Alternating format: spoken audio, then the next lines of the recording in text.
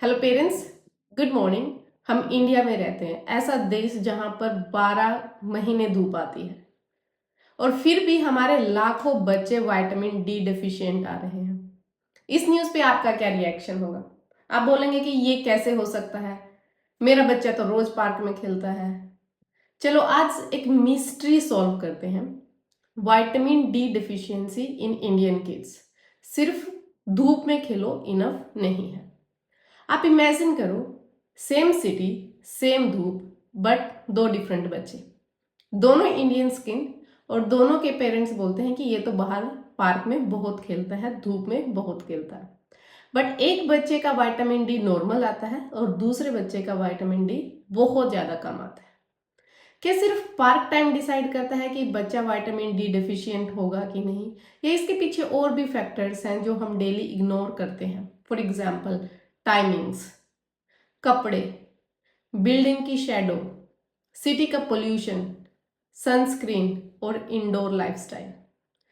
चलिए एक और क्यूरियस सवाल का आंसर करते हैं। अगर विटामिन डी सिर्फ बोन्स के लिए है तो जो डिफिशियंट बच्चा है वो लेग्स पेन के साथ दिखे, बट बच्चे में आप नोटिस करते हो कि बच्चा हमेशा थका थका रहता है, उसका खेलने का मन नहीं करता, हर दूसरे हफ्ते उसको सर्दी खांसी हो रही है, इन्फेक्शंस हो रही हैं, रात को पैर के दर्द की कंप्लेन करता है तो हम ग्रोइंग पेन बोल के इग्नोर कर देते हैं।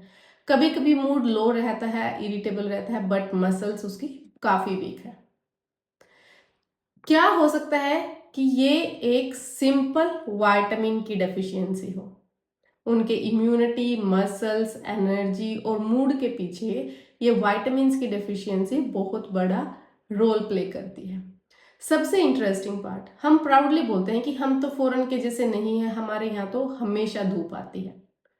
पर चलो एक टिपिकल दिन इमेजिन करते हैं। सुबह आपका बच्चा यूवी लाइट स्ट्रॉन्ग होने से पहले ही स्कूल चला जाता है। 6-7 बजे, 7-8 बजे बच्चा स्कूल चला जाता है। दिन भर बच्चा क्लासरूम में रहता है, बस में रहता है और इंडोर एक्टिविटीज करता है।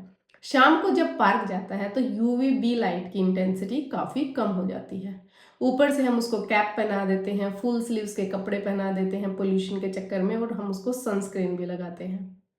और फिर जो बड़ी बड़ी बिल्डिंग्स हैं सिटी की, उनकी बिल्डिंग शेडो और प्लस पोल्यूशन, ये सब फिल्टर कर देती है लाइट को। अब ऑनेस्टली बताओ कि बॉडी को जो विटामिन डी मिलना चाहिए था, उसके लिए क्या बच्चे को सही टाइप की धूप मिली? बच्चा बाहर था इसका मतलब ये नहीं है कि विटामिन डी बन गया होगा।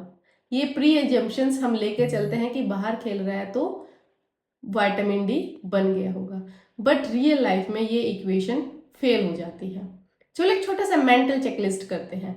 क्या आपका बच्चा रोज कम एनर्जी से उठता है, लाइक थका थका रहता है, और थोड़ी देर खेल के बोलता है कि मम्मी बस अब नहीं, पैर दुख रहे हैं, और बहुत जल्दी जल्दी इन्फेक्शन पकड़ लेता है, और आप सोचते हैं कि इतना हेल्दी खाना तो खिलाते हैं, अब क्या? रात को फिर लेग पेन से रो रहा है और आपको लगता है कि नॉर्मल ग्रोइंग पेन है।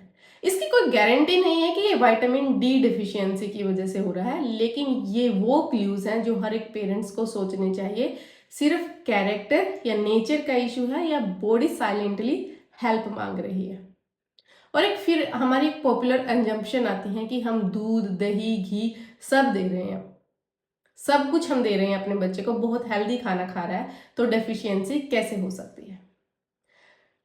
विटामिन डी नेचुरली सिर्फ कुछ एक फूड्स में होता है जिस जो हमारी इंडियन प्लेट्स में नहीं होता।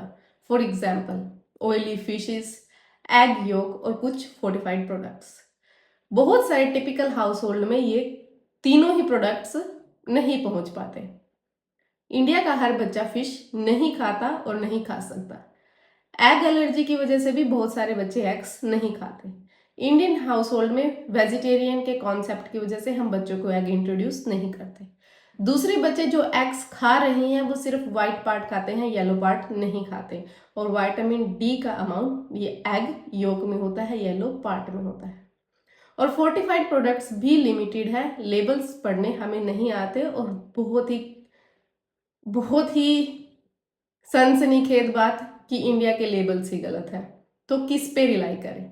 फिर सवाल ये आता है कि अगर धूप भी इनडायरेक्टली ब्लॉक्ड है, डाइट से भी मिनिमल आ रहा है, तो डेफिशिएंसी नहीं होगी, और ये हम अज्यूम करते रहते हैं। अब आते हैं प्रैक्टिकल पार्ट में। अगर मैं आपको एक फॉर्मूला दूं कि ये छोड़ के, कि रैंडम सन को छोड़ के हम स्मार्ट सन, स्मार्ट फूड और स्मार्ट टेस्टिंग पे जाएं, 3 चीजें फॉलो करनी है: smart sun exposure, smart food और स्मार्ट टेस्टिंग।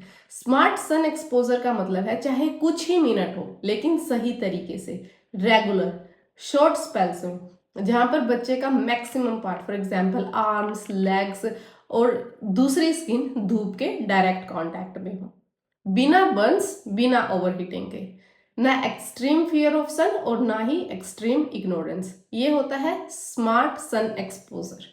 दूसरा है स्मार्ट फूड। अगर मेडिकली अलाउड है, बच्चे को एग से एलर्जी नहीं है, तो बच्चे को एग संडे स्पेशल की बजाय या फिर एक पर्टिकुलर डे स्पेशल की बजाय रियल रूटीन का पार्ट बनाओ। अगर फैमिली फिश खाती है तो वीकली 1 या 2 बार फिश कंसीडर करो, और फोर्टिफाइड ऑप्शंस जो मार्केट में अवेलेबल है उनका लेबल अच्छे से चेक करो, मार्केटिंग पर मत जाओ, इंग्रेडिएंट लिस्ट पर जाओ। अब सबसे क्यूरियस बात, तीसरा सवाल, अपने डॉक्टर के साथ प्लान करो। अगर आपका बच्चा हमेशा थका रहता है, उसको फ्रीक्वेंट इन्फेक्शन हो रहे हैं, बॉडी पेन, मसल पेन की कंप्लेन कर रहा है, या उसका लाइफस्टाइल इंडोर है, कवर्ड लाइफस्टाइल है, तो एक बार पीडियाट्रिशियन से मिलकर लेवल चेक करो और सप्लीमेंटेशन का प्लान अच्छे से समझ लो।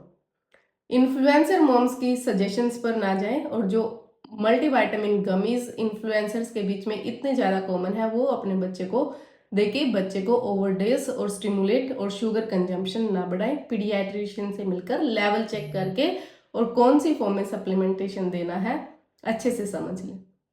अब बात आती है ओवर करेक्शन भी एक रिस्क है। इंटरेस्टिंग ट्विस्ट ये है कि विटामिन डी डिफिशियंसी और विटामिन डी टॉक्सिसिटी, एक चीज विटामिन डी की कमी, दूसरी चीज विटामिन डी एक्सट्रीम होना, दोनों इंडिया में अब डॉक्यूमेंटेड प्रॉब्लम्स है। मतलब ये कि अगर हम इस कॉन्सेप्ट पे रहते हैं कि कुछ भी मत करो, वो भी गलत है, और अगर हम हाई डोज में बिना गाइडेंस के सप्लीमेंटेशन देना शुरू कर देते हैं तो वो भी गलत है। तो पेरेंट्स करना क्या है, अपने मेरी वीडियो की छोटी छोटी बात याद रखो, जैसे कि सही धूप का टाइम, स्किन कितनी कवर करनी है, आपकी सिटी का पोल्यूशन क्या है, बच्चे की प्लेट में क्या है, और सिर्फ गैस करना छोड़ दो। और सन में खेला है, इसका डायरेक्ट मतलब ये नहीं है कि बच्चे में विटामिन डी बन गया है, लेवल्स चेक करने भी जरूरी है। तो अगर ये छोटी छोटी बातें ध्यान रखेंगे तो आपका बच्चा डेफिनेटली कवर कर लेगा।